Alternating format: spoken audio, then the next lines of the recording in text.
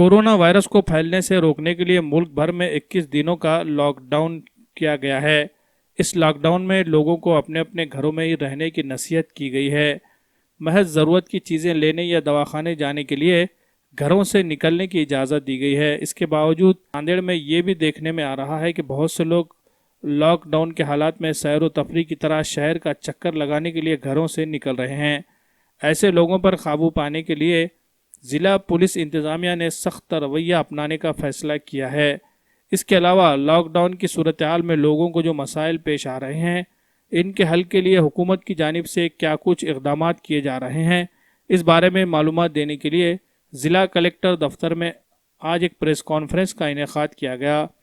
ज़िला कलेक्टर विपिन एटनकर और ज़िला एसपी विजय कुमार मगर ने मीडिया नुमाइंदों से बात करके शहर की मजमूई सूरत हाल के बारे में मालूमात दी। चाहता हूँ कि जिला प्रशासन, पुलिस प्रशासन, हेल्थ प्रशासन ये पूरे तरह से 24/7 काम कर रहे हैं।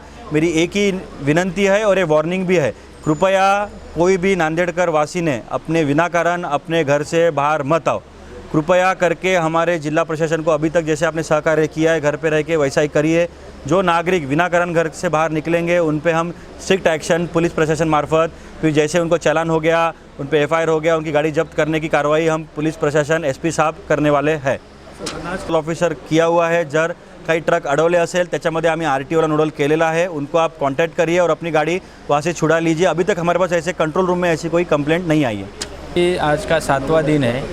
ऐसा दिख रहा है कि पब्लिक जानबूझ के नहीं, लेकिन जैसे कैसा कर्फ्यू लगा है ये देखने को बच्चे बाहर आते हैं और 2 व्हीलर्स का इसमें ज़्यादा यूज़ हो रहा है। हर ज़िले में यही प्रॉब्लम है, इसीलिए हमने जो बैरिकेड्स के